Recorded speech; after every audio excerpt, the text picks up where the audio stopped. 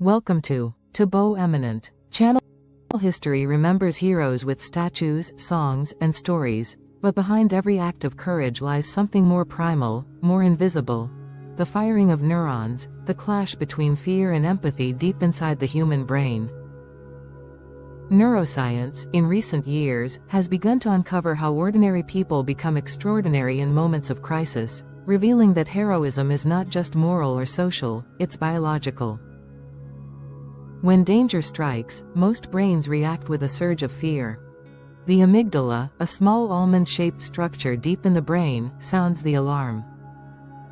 Thanks for watching. Request you to subscribe the channel. Heart rates quicken, palms sweat, and instincts scream to flee. Yet in the minds of heroes, a fascinating countercurrent begins. The prefrontal cortex, the seat of decision-making and moral judgment, steps forward, quieting panic and allowing calm reasoning to take hold. In those rare individuals who rush toward danger, this neural dialogue is faster, more decisive. Take, for example, Claudette Colvin, the 15-year-old girl who refused to give up her seat on a segregated bus in Montgomery, months before Rosa Parks became a symbol of the movement. When asked later what gave her the courage, she said she felt the presence of history on her shoulders. Neuroscientists might explain it differently. Her empathy network, including the insula and anterior cingulate cortex, overpowered her fear response. She didn't suppress emotion, she redirected it toward justice. During World War II, Shiuni Sugihara, a Japanese diplomat in Lithuania, issued thousands of visas to Jewish refugees against his government's orders. His decision defied logic, career, and national loyalty, yet his brain likely mirrored those of modern-day rescuers studied by neuroscientists. Functional MRI scans show that when people witness others in distress, the same neural regions that process their own pain activate. Sugihara's empathy may have made inaction neurologically unbearable. In hospitals and makeshift clinics during pandemics, nameless doctors and nurses have displayed this same neural bravery. Amid chaos and contagion, they fought exhaustion and fear, driven by compassion encoded deep in their biology. Studies show that altruistic acts trigger the brain's reward system, releasing dopamine much like music or love does. For some, helping others isn't just moral duty, it feels profoundly, neurochemically right. Across cultures and centuries, heroism wears many faces.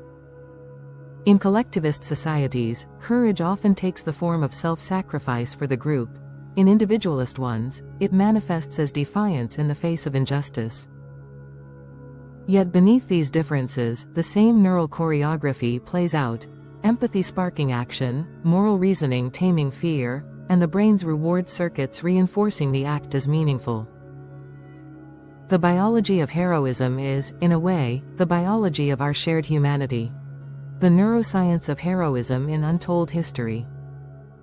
Throughout history, humanity has been shaped not only by great wars and inventions but by quiet, unrecorded moments of courage, moments when an ordinary person stood between chaos and compassion. While history often overlooks these hidden heroes, neuroscience is now revealing the secret language of their brains, the electric storm of empathy, fear, and moral clarity that drives people to act when others freeze. The spark of courage. When the human brain senses danger, the first response comes from deep within, the amygdala. It screams for survival, flooding the body with adrenaline, urging us to run or hide. But in certain people, another region, the prefrontal cortex, steps in like a wise guardian. It weighs fear against principle and, in some, tilts the scale toward action. These people don't lack fear, they have simply learned, or are wired, to move through it. Claudette's defiance in 1955, long before her name was known, Claudette Colvin, a 15-year-old black girl from Montgomery, Alabama, was sitting quietly on a city bus when a white passenger demanded her seat. Every instinct told her to comply. She could see the driver's scowl, hear the muttering of disapproval. But another instinct, deeper and more powerful, told her to stay. The diplomat who disobeyed. Half a world away, in Lithuania during World War II, Shiuni Sugihara, a Japanese diplomat, faced his own impossible choice. Refugees crowded outside his home, begging for visas to escape the Nazis. His government had ordered him not to help. Obedience meant safety, defiance meant disgrace. Yet Sugihara sat for days, writing visas by hand, his wife by his side, until his fingers bled. He saved nearly 6,000 lives. Modern neuroscience suggests that empathy can override authority. When people witness suffering, the same brain regions that process their own pain, the insula and somatosensory cortex, light up as if they are experiencing it themselves. For Sugihara, ignoring those faces may have been neurologically unbearable. His decision, though historic, was born from the most basic of human neural responses: shared pain and moral conviction. The healers in the shadows during the great pandemics, from cholera in the 19th century to COVID-19 in the 21st, countless doctors, nurses, and volunteers have walked willingly into danger. Many of their names are lost to time. Yet their courage, too, can be traced in the brain's circuitry. Altruistic behavior activates the dopamine system, the same one that rewards pleasure and love. Helping others, especially under threat, produces a profound sense of purpose and fulfillment. These healers were not fearless, they were sustained by the neural joy of saving a life. In overcrowded hospitals, under the glow of dim emergency lights, their brains waged constant battles between fear and compassion. Some broke down, others pressed forward. Neuroscience shows us why. Empathy and moral duty can flood the brain with enough motivation to quiet even the loudest fear. The hidden symphony of the heroic brain across every age and culture. Heroes appear, not because they were born different, but because something within them awakens when the moment demands it. Ancient warriors, civil rights activists, whistleblowers, and rescuers all share the same internal symphony, a balance between fear, empathy, and reasoning.